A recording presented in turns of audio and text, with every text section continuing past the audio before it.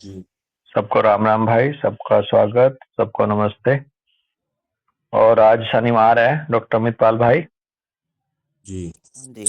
और जैसा कि हमने तय किया हुआ है कि शनिवार को 50 millesimal potency in theory and practice chapter book लेते हैं हम डॉक्टर जी, हरिमोहन चौधरी साहब की। तो आज हम 50 मिलीसीमल पोटेंसी पढ़ेंगे इन थ्योरी एंड प्रैक्टिस। और हम पेज नंबर कौन सा है, हमारे ये कंटेंट हो गए थे उस दिन। जी, बेसिकली हम एक तरह से शुरू से ही कर लेते हैं इसको, क्योंकि उस दिन रिकॉर्डिंग हो नहीं पाई थी, हमने कंटेंट ही करा था केवल। जी, जी, जी, तो हम पहला हेडिंग लेंगे, व्हाट इज ऑर्गेनन, जी, पढ़ के निकलेंगे इसको। तो व्हाट इज ऑर्गेनन में हरिमोहन चौधरी साहब का भाव है कि Hahnemann's Organon of medicine is the book on which stands the edifice of the science and art of medicine, which explains the fundamentals of why and what of homeopathy। Hahnemann साहब की हम्म, जो Organon of medicine है, ये वो book है जिसके ऊपर एक तरह से कोई इमारत तैयार होती है आर्ट ऑफ मेडिसिन और साइंस की। एक किला जी, खड़ा है, बुनियाद है एक तरह से। एडिफाइस का मतलब होता है किला या महल, ऑफ द साइंस का, हम्म, जो इसके ऊपर खड़ा है। हम्म, और ये बुनियाद है उस बात की कि क्यों और क्या, क्या और क्यों सारे होम्योपैथी में जो है वो उन सब का जवाब ऑर्गेनन हम्म, ऑफ मेडिसिन में है। जी, which clearly defines a true physician with his duties and responsibilities as a rational healer of the sick and preserver of health। Organon of जी, मेडिसिन वो बुक है जो क्लियरली डिफाइन करती है कि true physician कौन होता है और उसकी ड्यूटीज क्या हैं और क्या क्या जिम्मेदारियां हैं। इस रूप में हम्म, एक रेशनल हीलर के रूप में किसी सिख बंदे को किस तरह से प्रिजर्वर ऑफ हेल्थ के रूप में वो मदद करता है। Who can जी, free the ailing humanity from disease, and above all gives clear hints to create a progressive, happy, prosperous and exploitation-free human race, providing it with a bright, joyful life in thoroughly excellent health। Organon of hmm, medicine बिल्कुल उस rational healer को बताती है, उसकी क्या क्या duties और क्या क्या उसकी रेस्पॉन्सिबिलिटीज है, जो कि फ्री करता है, फ्री कर सकता है हम्म, सारी एलिंग ह्यूमैनिटी को डिजीज से। और उससे भी ऊपर बात है कि give clear hints to create a progressive, happy, prosperous, exploitation free human race.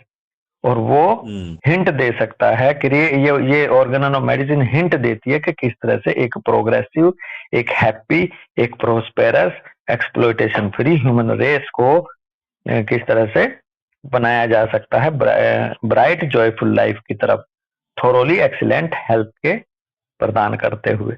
ये सारा का सारा गाइडिंग गाइडेंस, सारा का सारा मार्गदर्शन ऑर्गेनन में मिलता है। ये ऑर्गेनन ऑफ मेडिसिन है। बिल्कुल, नेक्स्ट हेडिंग है edition of the organon. The foundation of science is based on observation and experimentation.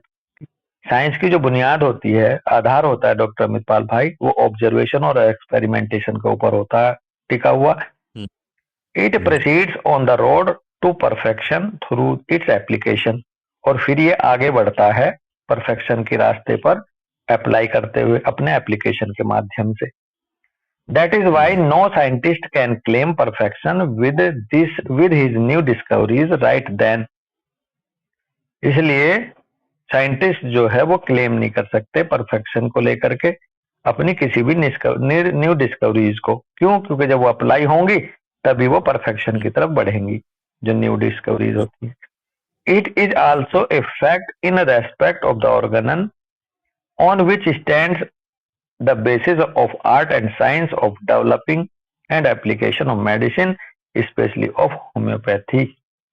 और ये हम्म, सच्चाई जो है ऑर्गेनन ऑफ मेडिसिन के संबंध में भी है, hmm, in respect of the Organon on which, जिसके ऊपर फिर बोला दोबारा है हैनीमैन साहब ने, हरिमोहन चौधरी साहब ने, कि जिसको जो कि एक आधार है हम्म, आर्ट और साइंस का, developing hmm, and application of medicine का। डेवलपिंग और एप्लीकेशन ऑफ मेडिसिन। एप्लीकेशन पे बहुत जोर है, स्पेशली ऑफ होम्योपैथी।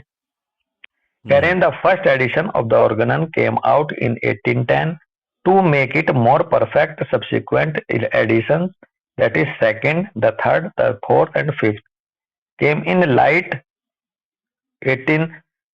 1818 में, 1824, 1829 एंड 1833 इन सक्सेशन, एक के बाद क्रमशः दूसरा, तीसरा, चौथा, पांचवा एडिशन 1818, 1824, 1829, 1833 में आया। All the additions and alterations in each edition were made by Hahnemann on the basis of his experiences derived from continued observation। और जितने भी एडिशन करे, जितने भी अल्ट्रेशन करे आने वाले एडिशन में, संस्करण में, हैनीमैन साहब ने, वो उनके एक्सपीरियंस के ऊपर आधारित थे अमित भाई।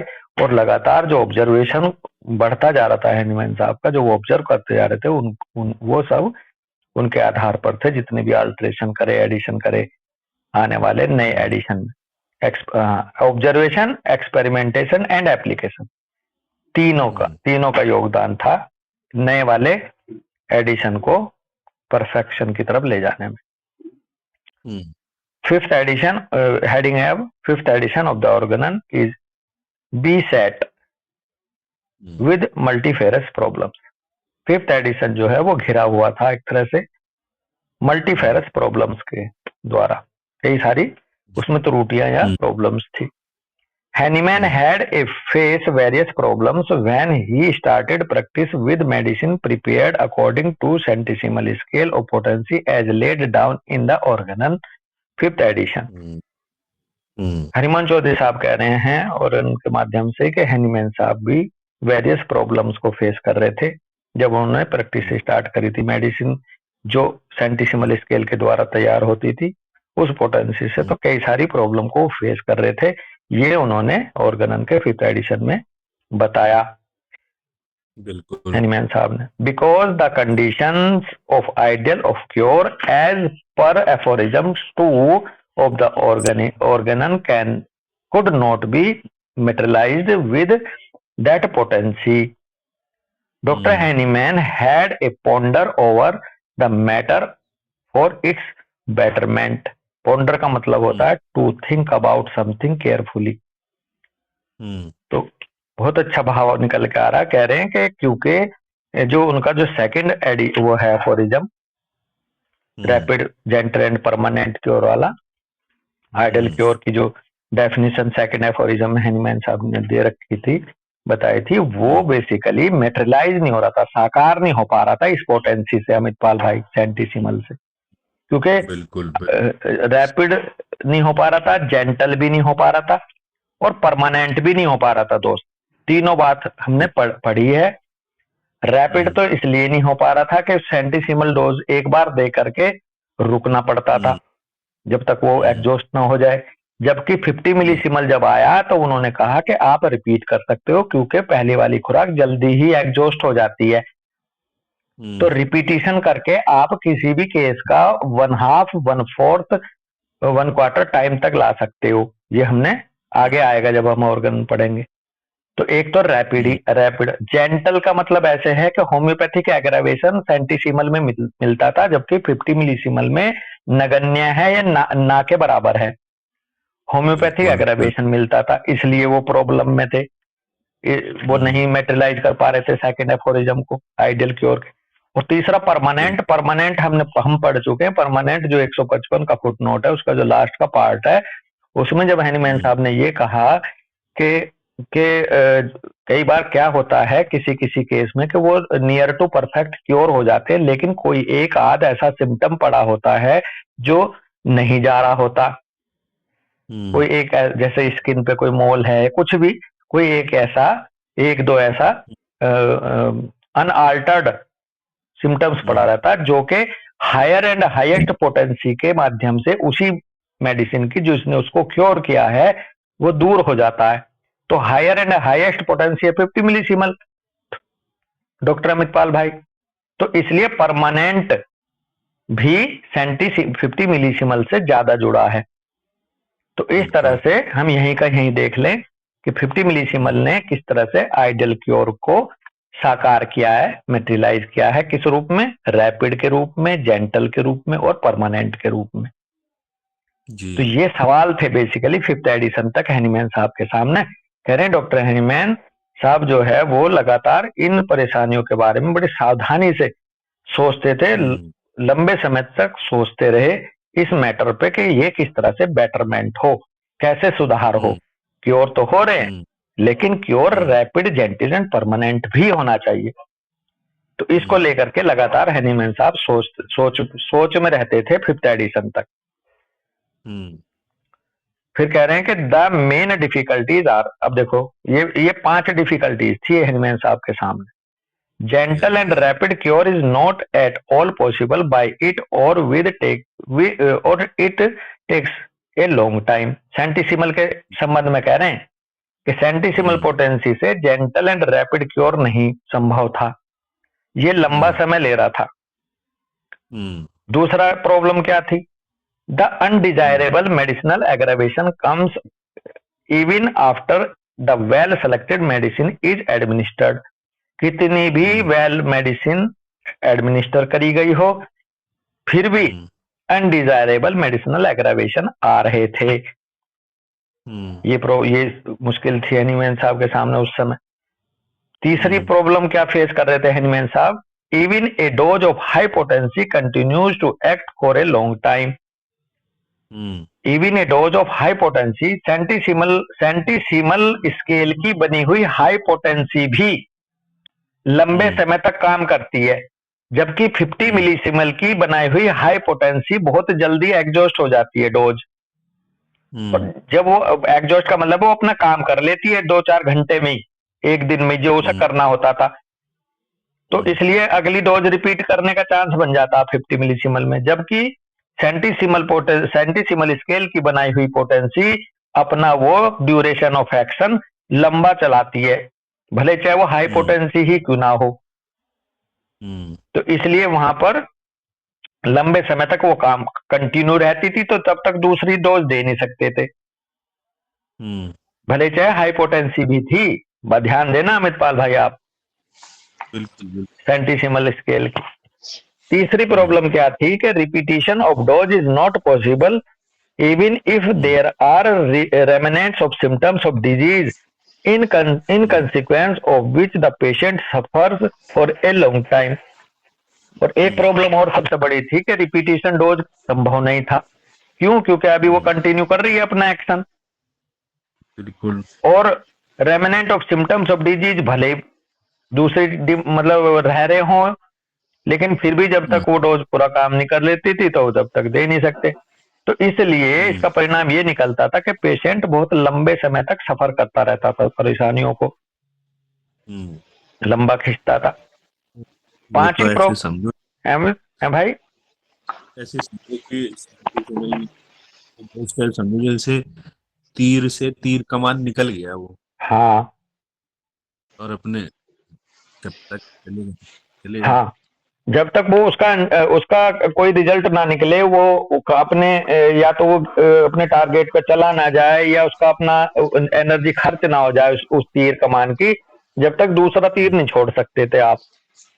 बिल्कुल बिल्कुल। तो 50 मिलीसीमल को रिपीट करने का सबसे अच्छा एक ये भी बात है, ये भी एक इसका लॉजिक है कि 50 मिलीसीमल की जो पोटेंसी है उसकी जो डोज है वो कंपैरेटिव टू सेंटिसिमल स्केल की हाई पोटेंसी के भी बहुत जल्दी एग्जॉस्ट हो जाती है खुराक, और रिपीट जब तक नहीं कर सकते जब तक पहली डोज एग्जॉस्ट ना हो जाए। तो इसलिए 50 मिलीसीमल पोटेंसी की मेडिसिन को रिपीटिशन का चांस बन जाता है, क्योंकि उसका ड्यूरेशन ऑफ एक्शन बहुत शॉर्ट हो जाता है और जेंटल हो जाता है। जेंटल भी हो जाता है, बहुत तेजी से नहीं हिलाती, और शॉर्ट भी हो जाता है। तो फिजिशियन के पास ये मौका है कि उसको जल्दी ही ये पता चल जाता है कि ऑन द क्योर है, तो फिर सक्सेशन दे के दे देता है, और यदि पार्शियल रह गई तो मेडिसिन चेंज कर देगा जल्दी, क्योंकि डिसीजन जल्दी आ गया, 2 दिन में या 2 घंटे में पता चल जाता है। तो इसलिए 50 मिलीसीमल का बेनिफिट होता है, रिपीटिशन इसलिए संभव है 50 मिलीसीमल के केस में, जबकि सेंटीसीमल के केस में नहीं था। भले चाहे वो हाई पोटेंसी ही क्यों ना हो डॉक्टर दीपशिखा, उसको इंतजार करना ही पड़ता था। जी दोस्त। है ना भाई? अच्छा, फिफ्थ प्रॉब्लम क्या फेस कर रहे थे हनीमैन साहब? कह रहे कि the problems of administration of doses and potencies still create controversy and confusion. जो डोज कितनी देनी, कैसे देनी, पोटेंसी कौन सी देनी, कौन सी नहीं देनी, ये भी एक कंट्रोवर्सी और कंफ्यूजन पैदा कर रही थी। क्योंकि सेंटीसीमल स्केल तक एक बात रही थी डॉक्टर अमित भाई कि जो स्ट्रक्चरल पैथोलॉजी है लो पोटेंसी दो, जो डायनेमिक पैथोलॉजी है उसमें हायर डायनेमाइजेशन दो। ये सेंटीसीमल तक ही सीमित है। 50 मिलीसीमल स्केल की पोटेंसी में चाहे स्ट्रक्चरल के पैथोलॉजी का केस आपके सामने आ रहा हो, चाहे वो डायनेमिक का आ रहा हो, ये भी सवाल 50 मिलीसीमल के साथ खत्म है। अब उसमें क्या था कि अगर किसी को ट्यूमर है तो 30 दो या 30 से नीचे की दो, और अगर किसी में डायनेमिक डिजीज है बहुत ज्यादा तो वहां 1M दो, 10M दो। ये रूल केवल और केवल सेंटीसीमल तक सीमित है, जबकि 50 मिलीसीमल केस में चाहे किसी के सामने ट्यूमर आ रहा हो, चाहे गैंग्रीन आ रही हो, चाहे वो डायनेमाइजेशन वाला केस हो, हाई फीवर कह लो या इंसैनिटी वाला कह लो, दोनों में ये पोटेंसी का मसला खत्म। जी हेलो सर। हाँ भाई जी। हाँ सर। सर जैसे एक क्वेश्चन था जी साहब कि जैसे अगर सेंटीसीमल के केस में अगर बाय द वे जैसे पार्शियल सिलेक्टेड मेडिसिन अगर हमने प्रिस्क्राइब कर दिया जी अनफॉर्चुनेटली अगर, जी तो उसमें तो ऐसा भी तो होगा कि सर जैसे वो फिर काम नहीं करेगी तो फिर हम उसको फिर फ्रिक्वेंटली फिर जो है एक दिन बाद उसको चेंज कर सकते हाँ, हैं। एंटीडोट करेंगे सर। वहाँ 3 कंडीशन बताई गई डॉक्टर साहब।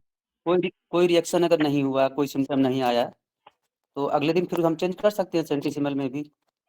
हाँ नहीं, बात सही कह रहे हो आप, लेकिन एक तो उसमें डिसीजन कैसे लेंगे कि भाई फेवरेबल आएगा नहीं आएगा। अगर उसका ड्यूरेशन ऑफ एक्शन 7 डेज का है फॉर एग्जाम्पल, जी जी, तो उसमें ये उम्मीद करी जाएगी कि आपको 7 डेज तो देखना ही है, चेंज आ जाएगा कोई कुछ ना कुछ, है जी। एक्यूट केस में जैसे अगर, हाँ, एक्यूट केस में तो सेंटीसीमल बढ़िया काम कर रही थी, ऐसी जी, बात नहीं है। एक्यूट केस में तो रिपीटिशन भी हो पा रहा था, लेकिन क्रोनिक केस में खास करके गड़बड़ हो रही थी सर, मैं आपको बताऊं। जी हाँ जी तो जी एक्यूट में तो आज भी एक्यूट केस में, क्योंकि एक्यूट केस में सेंटीसीमल की रिपीटिशन हो सकती है, जी जी, लेकिन बात हो रही थी जी। अनफॉर्चुनेटली अगर जैसे पार्शियल सिलेक्टेड मेडिसिन है या सिलेक्टेड वेल सिलेक्टेड नहीं है, हाँ तो उस केस में फिर क्या उसको हम चेंज कर सकते हैं हाँ, फ्रिक्वेंटली? उसमें सेंटीसीमल के संदर्भ में ये कहा गया था, या 6th एडिशन में ही कहा गया है कि यदि आपकी पार्शियली सिलेक्टेड रेमेडी है जी, और वो आपको समझ में आ गया, तो उसमें 2-3 कंडीशन ये बताई है कि यदि केस सीरियस नहीं है तो आप उसकी फिर से टोटलिटी बना लो, और फिर जो नई सेलेक्टेड रेमेडी आ रही है उसको अब दोबारा दे दो। अब यदि उस मेडिसिन ने कुछ कर दिया रॉन्ग डायरेक्शन में, मेडिसिन के भी सिम्टम आ रहे हैं और नेचुरल डिजीज के भी आ रहे हैं, तो फिर दोनों की टोटलिटी बना लो, दोनों सिम्टम्स को ले लो। अब आप मेडिसिन ने जो पार्शियल वाली ने करे वो भी, प्लस जो नेचुरल डिजीज है वो भी, तो एक नई मेडिसिन सेलेक्ट कर लो। तीसरी कंडीशन ये बताई है कि यदि केस आपको टाइम नहीं दे रहा है, मेडिसिन ने इतना ज्यादा वो कर दिया है, एग्रावेशन केस में रॉन्ग डायरेक्शन में ले गई है कि पेशेंट को खतरा है, तो उसे तत्काल प्रभाव से एंटीडोट कर दो। जी जी, तो एंटीडोट हमें तब करनी होती है जब वो केस हमें वो समय नहीं दे रहा है कि हम नई मेडिसिन नए तरीके से चुन के दे दें। तो सबसे पहले तो उसे एंटीडोट करो, यदि रॉन्ग डायरेक्शन में जा रहा, खतरनाक स्थिति हो रही है मरीज के साथ, और जब उसे एंटीडोट कर दोगे तो फिर से एक राइट सिलेक्टेड रेमेडी फिर दो। तो ये 3 कंडीशन होती है सर, अगर हमारे हाथ से पार्शियली या रॉन्ग मेडिसिन चली जाती है। अच्छा, ये तीनों डिसीजन सर हम कब लेंगे? हम जब लेंगे जब हमारी पहले वाली जैसे डोज दी है, जनरली डोज दी है, तो या तो तभी तत्काल तभी पता चल जाए कि केस रॉन्ग डायरेक्शन में जाने लगा, लेकिन कई बार क्या होता है कि जो ड्यूरेशन ऑफ एक्शन है डोज का, मेडिसिन जी। का, वो कई बार इंतजार करना पड़ता है कि भाई ये पूरा कर ले तो हमें पता चले कि किस दिशा में जा रही है गाड़ी। अब वो जी। सेंटीसिमल के लिए समझ में आता था देर से, चाहे 50 मिलीसिमल में वो समझ में आता है सर जल्दी। जी। और जब से जल्दी समझ में आ जाता तो आप जल्दी ही दूसरा डिसीजन लेने की स्थिति में हो, अदरवाइज बिल्कुल। फिजिशियन के हाथ बंधे रह जाते थे सेंटीसिमल में। तो जी, जी। ये है बात, क्लियर है सर? बिल्कुल सर, बिल्कुल। सर जी सर इसमें ये है कि जैसे कि अगर हम 50 मिलीसिमल दे रहे हैं तो अगर वो सही है तो काम करेगी, अगर पार्शियली भी सिलेक्टेड हो तो बिल्कुल काम नहीं करेगी, तो हमें पता चल जाएगा कि वो सही जा रहे हैं या नहीं जा रहे। हाँ, बिल्कुल काम नहीं ऐसा करेगी या करेगी या बिल्कुल काम नहीं करेगी वाली बात, बिल्कुल काम नहीं करेगी वाली बात थोड़ी सी ऐसे हो जाएगी, क्योंकि अगर वो हो गई इंडिकेटेड तो मिनिमम डोज भी बहुत अच्छा काम करती है डॉक्टर श्रे। मिनिमम डोज जी इंडिकेटेड रेमेडी की बहुत अच्छा काम करती है। और यदि वो इंडिकेटेड नहीं है तो 50 मिलीसीमल स्केल की जो पोटेंसी है उसमें अपने जोर जबरदस्ती के सिम्टम्स एसेसरी डालने की ताकत होती नहीं, तो इसलिए वहां एसेसरी सिम्टम्स या मेडिसिनल सिम्टम्स दिखाई नहीं देंगे जो आप कह रहे हो। और अगर वो हुई जी इंडिकेटेड तो इंडिकेटेड रेमेडी की मिनिमम से मिनिमम डोज ही काम करती है। और अगर इंडिकेटेड नहीं है तो फिर वहां एक मात्रा चाहिए होती है मेडिसिन की अपनी प्रूविंग के लिए, अपने असर डालने के लिए। तो इसलिए 50 मिलीसिमल की जो डोज है वो अपने एसेसरी सिम्टम्स पार्शियल होते हुए भी बहुत जल्दी से नहीं प्रकट करती, जो आप कह रहे हो। जी तो इसलिए बिल्कुल इसको, बल्कि हम ऐसा ऐसा भाव क्यों कहा आपने जैसे कि भाई वो कुछ नहीं करती, तो उसमें ये छुपा हुआ है रहस्य कि वो कुछ नहीं करती का मतलब ये है कि उसके अंदर वो मटेरियल डोज है ही नहीं कि वो अपनी प्रूविंग के तहत कुछ एसेसरी सिम्टम दे देती है ना। नहीं, जैसे कि सर जैसे क्या होता है ना, कभी कोई पार्शियल मेडिसिन देते हैं तो थोड़ा सिम्टम्स ठीक हो जाते हैं सेंटिसिमल में, तो हाँ मैं लगा होता है कि अभी वेट कर लेते हैं, लेकिन उसमें पार्शियली ठीक ही नहीं होंगे, होंगे तो पूरे ठीक होंगे, नहीं तो हाँ, नहीं होंगे, वैसे ऐसा है। वैसे वैसे ये बड़ा अच्छा सवाल है, क्वेरी है ये, मेरी भी है, और आपने बहुत अच्छी बात कह दी कि मुझे ऐसा लग रहा है कि पार्शियली तो 50 मिलीसिमल भी करती होगी जरूर, कुछ ना कुछ। कैसे? क्योंकि जो सिम्टम उसके सिमिलर है पार्शियली, पार्शियली का मतलब ये नहीं होता कि एक भी सिम्टम सिमिलिमम नहीं है। पार्शियली का मतलब होता है कि कोई सिम्टम सिमिलिमम है तो जो सिमिलिमम है उसे तो वो सूदिंग करेगी ना भाई। जी तक तो हमने नियम बनाया है वहां तक तो वो लेके ही जाएगी उसको भी। हाँ, क्योंकि ये सिमिलिमम अपनी सिमिलिमम वाले सिम्टम को तो वो 50 मिलीसिमल वाली वाली भी अपना असर छोड़ेगी, और जो जो उससे सिमिलिमम नहीं है वहां उसे छेड़ेगी नहीं, कुछ नहीं करेगी, उसे दबाएगी नहीं या अपना नहीं डालेगी। तो पार्शियली काम करने के पूरे चांस हैं 50 मिलीसिमल के भी। अदरवाइज क्या होगा कि इस डर की वजह से कि भाई ऑल और नन का फिनोमिना अगर हमने समझ लिया कि करेगी तो बिल्कुल करेगी और नहीं तो बिल्कुल कुछ नहीं करेगी, तो इस चक्कर में फिर हम सोचेंगे यार इसे तो बढ़िया सेंटीसिमल ही है, कुछ तो करेगी। लेकिन ऐसा नहीं है, मुझे पूरा भरोसा है, अमित पाल भाई भी ऐसा ही महसूस करते हैं, कर रहे हैं, और शायद आप भी इस बात पे हाँ करेंगे डॉक्टर श्रे, कि जो सिमिलिमम सिम्टम है, चाहे वो 50 मिलीसिमल के सिमिलिमम है चाहे वो सेंटीसिमल के सिमिलिमम है, उतने पे तो वो काम करेगी ही करेगी जाके। लेकिन क्योंकि हमने हाँ भैया अमित, अपनी जो टोटलिटी बनाई है मिनिमम की वो वहां तक तो लेके ही जाएगी। हाँ पार्शियल में भी बिल्कुल। हाँ बस पाँच। यहाँ पे इंटेंसिटी ऑफ एग्रावेशन भी तो मैटर करेगा ना। जैसे अगर हमने मान लो कोई रॉन्ग मेडिसिन दे दी तो उसकी वजह से जो एग्रावेशन आएगा वो भी 50 में कम होगा।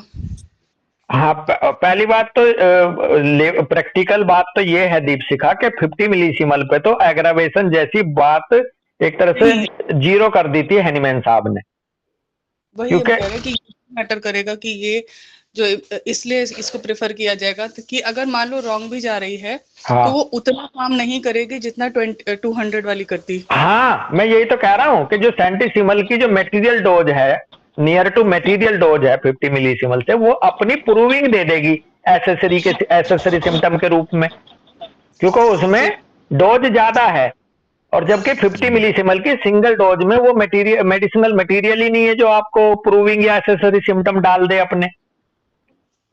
और अगर सिमिलीमम है तो काम करेगी मार्वलस। जी जी जी जी। हाँ, वो है ना उसमें अपना ये फुटनोट नंबर 155 में ही है कि मैं लाइन पढ़ देता हूं, देखो मजा आ जाएगा, बीच में ही पढ़ूंगा। हेनमैन साहब कह रहे हैं कि so small diluting medium as 100:1 of the medicine if many succussion by means of powerful machine are force into it, medicines are then developed which especially in a higher degree of dynamization act almost immediately। अगर सेंटीसिमल scale के पैमाने पर भी किसी diluting medium को 100:1 की ratio में मिलाते हुए किसी पावरफुल मशीन से फोर्सफुली सक्सेशंस दिए जाएं तो इसमें डेवलप हो जाएगी, पावर भी बहुत ज्यादा, और ये लगभग इमीडिएटली काम भी करेगी। ठीक है, but with furious even dangerous violence especially in weakly patient without having a lasting mild reaction of vital principle। परंतु ये जो सेंटीसिमल स्केल की वो है पैमाने की बनी हुई दवा, ये कितनी भी वो कर लेना, ये जो है वो फ्यूरियस ही काम करेगी, इसकी उग्रता कम नहीं होती। बेसिकली 50 मिलीसिमल पे उग्रता कम हो जाती है दवाई की, ये फ्यूरियस काम करेगी, डेंजरसली काम करेगी और वॉयलेंटली काम करेगी, खास करके उन पेशेंट पे जो वीक होंगे। ये खतरा है सेंटीसिमल को हायर एंड हायर पोटेंसी की तरफ ले जाने में भी जो बेनिफिट नहीं मिल रहा। But the method described by me, यानी कि 50 मिलीसिमल को कह रहे हैं अब कि परंतु ये जो मेथड मैंने अब डिस्क्राइब करा, on the contrary produce medicine of highest development of power and mildest action. तो ये जो 50 मिलीसिमल स्केल का जो मैंने मेथड डेवलप करा, इसमें हाईएस्ट डेवलपमेंट ऑफ पावर तो हो जाती है, लेकिन एक्शन माइल्डेस्ट हो जाता है, एक्शन माइल्ड होगा। विच हाउएवर इफ वेल चूजन, अब देखो मजेगा, जब जो कि हालांकि माइल्डेस्ट एक्शन तो है, लेकिन अगर उसे एक बार ठीक से चुन लिया गया, टचेज ऑल सफरिंग पार्ट क्यूरेटिवली, सारे सफरिंग पार्ट्स को क्यूरेटिवली टच करेगी, बशर्ते चाहे वो कितने भी माइल्डेस्ट एक्शन की हो, और इसलिए करेगी क्योंकि हाईएस्ट डेवलपमेंट ऑफ पावर है। माइल्डेस्ट एक्शन का मतलब ये मत लेना कि अंदर तक नहीं घुसेगी, माइल्डेस्ट एक्शन का मतलब लेना है कि जाके झटका नहीं देगी मरीज को, सॉफ्टली हैंडल करेगी। इसको हम ऐसे लेते हैं दीपशिखा, कई बार मैं और अमित पाल जब पढ़ रहे थे कि एक ग्राउंड में मान लो 3 पार्टियों के बंदे भीड़ इकट्ठी हो रही है, मान लो बीजेपी की हो रही है, कांग्रेस की हो रही है, समाजवादी की हो रही है, एक ग्राउंड में। अब आपने मुझे काम दिया कि भैया इन्हें अलग अलग कर दो। अब मैं लग गया एक एक को डंडे से हटाने के, भैया इधर हटो इधर हटो इधर हटो, टोपी देख के जैसे। आपने अमित पाल को कहा कि भैया आप कर दो, अमित पाल ने 3 झंडे लगा दिए, एक तरफ बीजेपी के लगा दिया, एक सपा का लगा दिया, एक जगह लगा दिया कांग्रेस का, और अनाउंस कर दिया। तो ये जो अमित पाल ने करा है, ये माइल्डेस्ट एक्शन है इसका। मेरा जो एक्शन हो रहा था ऑन द ग्राउंड वो था वॉयलेंट।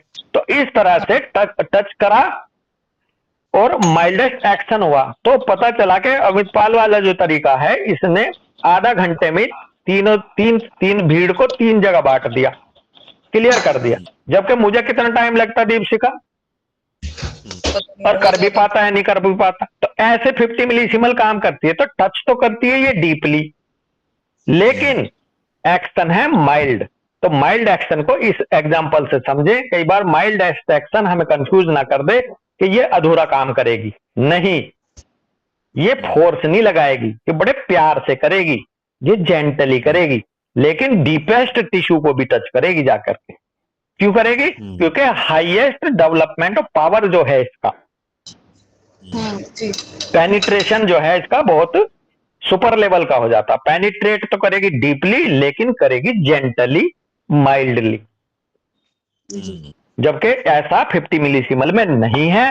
50 मिलीसीमल की यदि हायर और हाईएस्ट पोटेंसी आपने बना तो ली, और हमने ये भी मान लिया वो इमीडिएटली काम भी करी, तत्काल प्रभाव से असर भी दिखाएगी, लेकिन दिखाएगी फ्यूरियस तरीके से ही, दिखाएगी वॉयलेंस तरीके से भी, और वो डेंजरस हो सकती है खास करके उन लोगों के लिए जो कि वीक है। बात क्लियर है ना एकदम यहां तक? जी बॉस। हाँ, चलो, तो बहुत ही अच्छी बात हम लोगों के बीच में क्लियर हो रही है, मुझे बड़ा आनंद आ रहा है, मुझे बड़ा अच्छा फील कर रहा हूं मैं, आत्मसात हो रही हैं चीजें मुझे। किसी की कोई क्वेरी है तो बताएं भाई, डॉक्टर श्रेय, डॉक्टर अभिषेक, डॉक्टर रामेश्वर जी। नहीं बस। सर ये पूछना था कि जैसे हम तो सेंटिन में सेल में ये देखते हैं ना, अगर हायर डायनेमाइजेशन या फिर मतलब बॉडी में डायनेमाइजेशन ज्यादा है या फिजियोलॉजिकल सिम्टम बहुत ज्यादा डायनेमिक लेवल पर है, तो हम हाइपोटेंसी तुरंत ही देख देते हैं बिना सोचे समझे। तो हाँ, अगर ऐसे ही केस में होता है तो हमें यहाँ भी हायर देना होगा या 0/1 से ही शुरू करना होगा? इसमें इस बुक में भी बताएंगे, और मजे की बात है इसमें ये है, एक नई बात ये बताई गई है सेंटीसिमल से अलग हटके, कि सेंटीसिमल में तो 30, 200, 1M ऐसे चलते थे हमेशा, लेकिन इसमें एक रिवर्सल मेथड भी है, रिग्रेसिंग मेथड भी। आप किसी फिजिशियन ने ऐसा भी किया हुआ है डॉक्टर श्रेय, कि 0/10 से शुरू करी, और जैसे जैसे केस रिकवर हो रहा है, जैसे जैसे केस आगे क्योर हो रहा है, तो वो नीचे की तरफ आए हैं। तो ये 50 मिलीसीमल में ऐसा भी एक जगह पढ़ने को मिलेगा, वहीं क्लियर करेंगे इस बात को हम अपने लिए भी और आपके लिए भी। ठीक है, एक बात। दूसरी बात ये है जो आपने कही है, चाहे वो कितना ही डायनामाइज केस हो, और चाहे कितना ही एडाइनेमिक केस हो, यानी कि स्ट्रक्चरल हो, 0/1 से स्टार्ट करो, क्योंकि 0/1 अपने आप में टू मच हायर पोटेंसी है, टू मच बल्कि। ठीक है भैया, तो इसमें 0/1 से ही स्टार्ट करने का जनरली प्रावधान है, लेकिन एक आध फिजिशियन ने ये भी कहा कि भाई मैंने ये भी पाया कि हम ऊपर से नीचे की तरफ भी चलेंगे तो कुछ और एक नया एक्सपीरियंस उनका जुड़ा है इसमें। लेकिन आप अब उसी पे रहो, मैं भी उसी पे ही हूं। 0/1M को देंगे हम 7 डोज का प्रावधान है, क्रोनिक डिजीज जब हम पढ़ेंगे 7 डेज तक दे दो एक एक, या 7 डोज दे दो। फिर जब 7 डोज दे दी, फिर उसके बाद अगर वो अच्छा काम कर रही है तो 0/2 बना दो, फिर 7 डोज, फिर वो भी और अच्छा काम करिए, फिर 0/3 की बना दो। इस तरह से आप उस केस को रैपिडली क्योर करोगे। तो उसका ऐसे है। इसमें कुछ ऑथर जो है कभी कभी मेडिसिनल एग्रावेशन केस को देखते हुए जी सर, 0/1 की जगह में 0/3 भी डायरेक्टर रिकमेंड करते हैं। हाँ, कभी कभी ऐसा होता है। हाँ, और वही कभी कभी क्या होता है कि यदि मेडिसिनल एग्रावेशन हो रहा है, हो सकता है, मैं इस बुक को अभी पढ़ा नहीं हूं मैं भी, हो सकता है वो आगे आए भी, मेडिसिनल एग्रावेशन हो तो जैसे जिस कप में उसको डाइल्यूट कर रहे हैं, हाँ, तो उसमें उस मेडिसिनल पार्ट को लेके एक सेकंड कप तैयार किया जाता है, जिसमें उसका डाइल्यूशन को सेकंड कप में डाला जाता है, तो हाँ, और उससे हाँ, वो हो जाता है, हाँ सर, फाइनल उसमें हो पता जाता क्या है, उसमें बेसिकली मेडिसिनल एग्रावेशन की जगह उसमें माइल्डेस्ट एक्शन करा गया, और भी बिल्कुल उसमें माइल्डेस्ट एक्शन की तरफ बढ़ते हैं सर, क्योंकि बंदा टू मच सेंसिटिव है सामने वाला। जैसे कि 200 पोटेंसी सेंटीसिमल की देने से उसमें उथल पुथल ज्यादा मच जाती है, वो परेशान हो जाता है, वो जेंटल नहीं रह पाता। तो इसी तरह से यदि 0/1 से भी वो उथल पुथल हो रही है, तो उसमें ये कहा कि 0/1 की एक कप में बना लो, फिर उस कप में से 1 चम्मच फिर अगले पानी में डाल लो, 80 ml में या 120 ml में, तो उसे डाइल्यूट कर लो, तो उससे सर उसका एक्शन माइल्डेस्ट होगा, ना के डिजीज का एग्रावेशन के रूप में बात है। हाँ, डिजीज एग्रावेशन उसमें ऐसे कह सकते कि उथल पुथल तो डिजीज एग्रावेशन के मेडिसिनल एग्रावेशन के रूप में ही होगी। तो उस एग्रावेशन को कम करने के लिए आप बिल्कुल सही हैं अपनी जगह, उसको और कई कप में डाइल्यूट करते हैं। ये क्रोनिक डिजीज में है लिटरेचर एक्चुअल में, कि अगर आपके सामने सेंसिटिव पेशेंट है, बहुत जल्दी रिएक्टिव हो रहा है, उसे वो डोज भी हायर पड़ रही है उसके लिए, उससे होम्योपैथिक एग्रावेशन आ जा रहा है, तो आप उसे भी फर्दर कप्स में डाइल्यूट करते जाओ। है ना सर? बिल्कुल सर, बिल्कुल। हाँ नहीं वो है, बिल्कुल बहुत अच्छा है। और देखो गजब है कि सेंटीसिमल 50 स्केल को भी डाइल्यूट करा दिया डॉक्टर हैनीमैन साहब ने। तो इतना इसको जेंटल बनाने की तरफ हम लेके जाएंगे चीजों को, और तभी आइडियल क्योर की जो है, आइडियल ऑफ क्योर की डेफिनेशन साकार होगी, मेटेरियलाइज होगी। तो ये है, यहीं रुक लेंगे आज। अगर किसी का कोई और पॉइंट है तो अपना पॉइंट रखे, हमारे और भी साथी हैं इसमें। किसी की वो नहीं रहना चाहिए, क्वेश्चन मार्क नहीं रहना चाहिए। बेसिकली हम लोगों का आपस में बैठने का यही एक सबसे बड़ा मकसद है। प्रशांत कुछ बात, कोई क्वेश्चन है बेटा? आरती है, मंजू है? No sir. चलो ठीक है, तो अमित पाल भाई रुकते हैं। हाँ भैया कोई बोल रहा है? नाना राम राम करीब मैं चुप हाय तो था इतनी देर हमारा छोटा भाई तो अब आया भाई। ठीक है अमित, तो बस ऐसा है ना कि ये जो चीजें चल रही हैं ये प्रैक्टिकल चीजें हैं ना। हाँ बिल्कुल बिल्कुल। बहुत सारे क्वेश्चन इसमें करने की जगह थोड़ा समय के साथ में भी इसको ना वो देना हाँ चाहिए। समय के साथ ही निकलेंगी, और क्वेरीज भी और प्रॉब्लम भी तभी आएंगी। लेकिन बहुत ही आनंदित विषय है अमित शर्मा भाई। और हाँ जी, हाँ। चलो रुकते हैं फिर। सबको राम राम भाई, सबका धन्यवाद, सबको नमस्ते। राम राम राम राम राम राम जी, राम राम भाई जी, राम राम राम राम राम राम सबको, राम राम सर। राम राम साहब, राम राम जी।